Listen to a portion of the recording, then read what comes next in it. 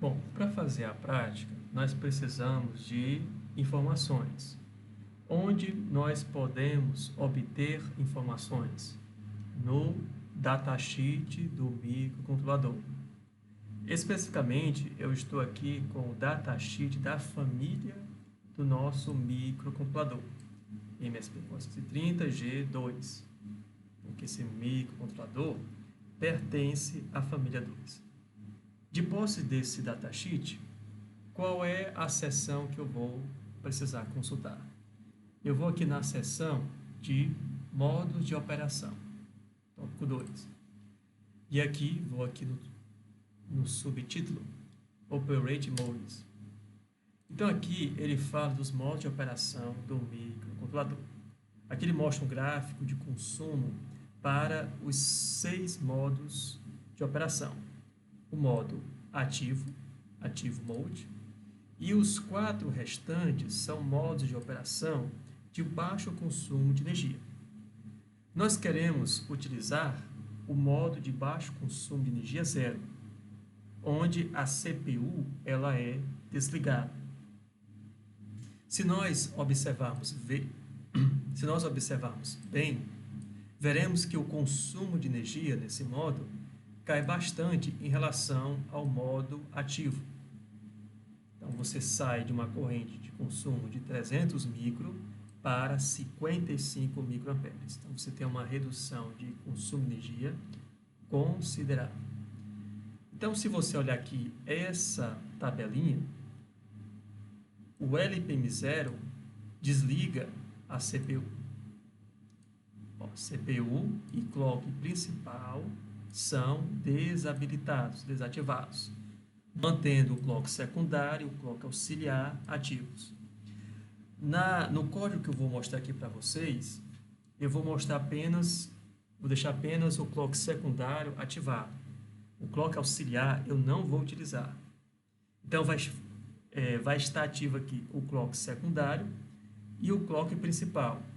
E depois eu vou desativar esse clock principal. Estou querendo dizer, esses 2 clocks estarão ativos. Só que vai chegar um momento que eu vou desativar esse clock. No que eu desativo esse clock, eu entro no modo LPM0. Quando eu reativo esse clock, eu fico no modo ativo. Então, repetindo. O clock secundário vai ficar ativo, mas o clock principal, que é o clock que vai para a CPU, ora ele fica ativo, ora fica desativo. Em boa parte do tempo, esse clock ele fica desativado. Com isso, o consumo de energia cai bruscamente. Por quê? Porque o clock vai para a CPU, lembremos nós que a CPU é o componente no microcontrolador que consome mais energia. Então, como eu vou desativar esse clock, a CPU vai ficar desativada, reduzindo bastante o consumo de corrente, ou o consumo de energia. Então, a gente pode até olhar bem isso aqui, esse diagrama, que ele mostra o seguinte, ó.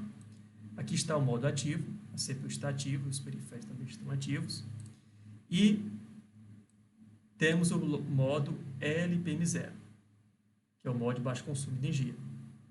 Aliás, um dos modos de baixo consumo de energia, porque eu tenho o LPM0, o LPM1 até o LPM4.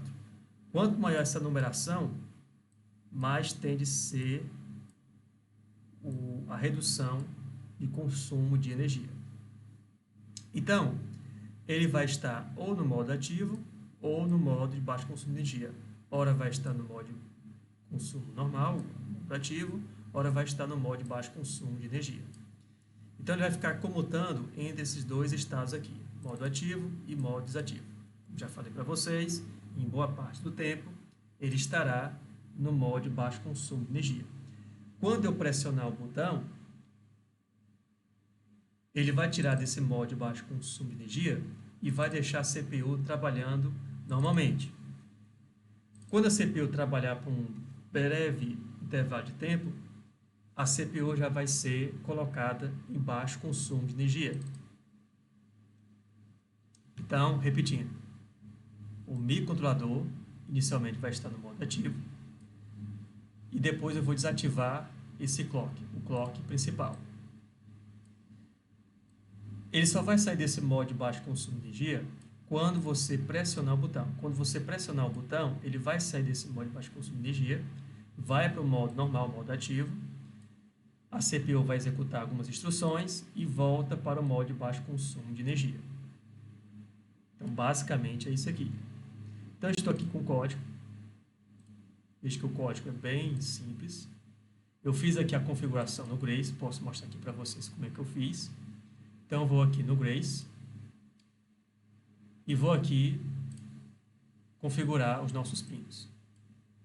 Eu vou ter um botão no pino P2.4, coloquei aqui, ó, como entrada, e vou colocar o P2.5 como saída. Aqui em Power Use, o que foi que eu fiz? Como eu quero utilizar o P2.4 para gerar uma interrupção, eu coloco aqui, ó, P2.4 com a interrupção habilitada, com borda de subida. Eu poderia ter colocado borda de descida, mas eu acho que borda de subida fica mais simples de entender. E eu coloquei aqui já ativado o resistor de pull-down. Então, quando eu deixo o botão liberado, sem pressionar o botão, então eu tenho nível lógico 0 graças a esse resistor de pull-down. Quando eu pressionar o botão, obviamente, ele sai de nível lógico 0 e vai para nível lógico 1. E nesse momento, nessa transição, no momento da transição, eu tenho a borda de subida. E essa borda de subida vai gerar uma interrupção. Então, para ativar a interrupção, aqui eu só selecionei o tipo de interrupção, a interrupção por borda de subida. Então, tenho que habilitar a interrupção. Onde eu habilito a interrupção? Eu venho aqui em Interrupt Vectors e habilito aqui a interrupção. Tá, P2.4. Tá, a interrupção aqui está habilitada. Se eu desmarcar aqui, ó, o que vai acontecer? Volto aqui para GPIO. Então, procurando aqui P2.4, ela fica desativada. Quando eu coloco aqui, ó, interrupção habilitada por borda de subida, na realidade, ele já habilita ali automaticamente. Cadê aqui a... Então, ele já habilita automaticamente, ou seja, a interrupção já está habilitada. Ou seja, ou você habilita por aqui, ou você habilita por aqui. Perfeito? Fica ao seu critério. O bom daqui é que você seleciona a borda desejada, se borda de subida ou borda de descida. Pronto. Habilitada a interrupção, nós vamos agora para o clock. Eu vou deixar o clock na ordem de 1 MHz, 999 kHz. Então, a CPU vai trabalhar nessa frequência. Os periféricos de alta velocidade irão trabalhar nessa frequência. Não estou usando o time nessa aplicação. Você poderia usar o time para alguma coisa, mas não estou utilizando o timer. E vou agora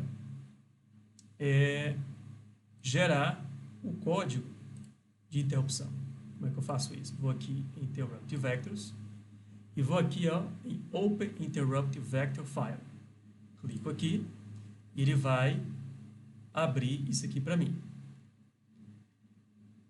Como eu estou usando a interrupção da porta 2, então eu tenho que procurar o vetor da porta 2. Aqui é da porta 1. Então vou lá, rolo mais um pouquinho aqui, excluo o mouse e chego na porta 2. E é aqui que eu escrevo a minha RTI, a minha rotina de tratamento de interrupção. Observe que você tem que colocar o código entre code start e code end. Se você colocar depois, no momento de você gerar um novo código, ele vai subscrever aquilo que você fez. Então aqui, o que eu faço? Eu tenho que zerar a flag. Por que eu tenho que zerar a flag? Porque essa flag não é limpa automaticamente. Inclusive, ele até fala que você tem que zerar essa flag. Que fiz uma modificação aqui para fazer um teste, mas esse código viria para cá. Então, eu vou aqui no meu código principal e vou colocar aquilo lá. P2 out, ou então poderia ter colocado assim, LED. Vou colocar assim, deixa assim. Então, no meu programa principal, o que eu vou fazer? Logo, quando a máquina executar esse laço infinito, ela vai entrar no modo de baixo consumo de energia. A corrente vai cair bruscamente. Então, quando eu entro no modo de baixo consumo de energia, a CPU ela fica estagnada nesse ponto aqui. Ela fica parada nesse ponto. Quando ocorrer a interrupção, essa interrupção vai mandar ele sair do modo de baixo consumo de energia. Então, saindo do modo de baixo consumo de energia, ele comuta o estado do LED, e como eu tenho um laço infinito, ele vai novamente executar esse comando para entrar no modo de baixo consumo de energia LPM0. Entrando novamente no baixo consumo de energia LPM0, a CPU fica paralisada nesse ponto, até que ocorra uma nova interrupção. Quando é que vai ocorrer uma nova interrupção? Toda vez que ocorrer uma borda de subida. Por quê? Porque eu configurei o pino para borda de subida. Toda vez que ocorrer uma borda de subida no pino P2.4, isso vai gerar uma interrupção. É isso que está dizendo aqui. Então, ocorrendo a interrupção, essa flag é limpa e eu saio do modo de baixo consumo de energia. Então, esse é o programa. Então, posso compilar ele aqui. E vamos ver que não vai ter nenhum erro. Ou se tiver, a gente corrige. Então, vou gravar aqui. Opa, tem um errozinho aqui, mas tudo bem. É um erro aqui da IDE, nada de grave aqui. Então, está rodando. Toda vez que eu pressiono o botão, acende e apaga. Está funcionando perfeitamente aqui, com o consumo de corrente lá do vídeo, de 0,11 miliamperes. Então, só para demonstrar aqui para vocês o seguinte, ó. Ele está rodando aqui. E vou colocar aqui um breakpoint nessa linha aqui. Ou seja, quando o código executar a partir desse ponto, ele vai parar nessa linha aqui. Certo? Então, quando eu pressionar o botão, no momento de pressionar o botão, ele tem que parar aqui. Se ele parar aqui, significa dizer que a interrupção está sendo gerada com sucesso. Então, veja que ele foi para esse ponto.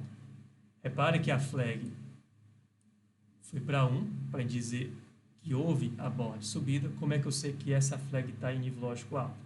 Se você colocar o cursor do mouse em cima, ele dá até o valor aqui dele, mas eu prefiro vir por aqui, em registradores, e vou lá, ó, em P2FG. Em P2FG, nós temos o quê? Nós temos o bit 4 em 1, ou seja, isso indica que houve uma borda de subida. E como a interrupção está habilitada, então houve realmente o desvio para a rotina de tratamento de interrupção. Então ele vai fazer o que tem para fazer. Nesse momento aqui o consumo de corrente está em 90 microamperes, mais ou menos. E aqui, ó, quando ele sair para cá, certo? Ele vai comutar o estado LED, comutou o estado LED, e vai colocar a máquina no modo de baixo consumo de energia. Então, está aí funcionando perfeitamente. Quando eu pressionar o botão, o LED está apagado. Quando eu pressionar o botão, o LED vai acender, vai ocorrer o desvio lá para a interrupção. Então, houve o desvio aqui para a interrupção e ele vai sair do modo de baixo consumo de energia.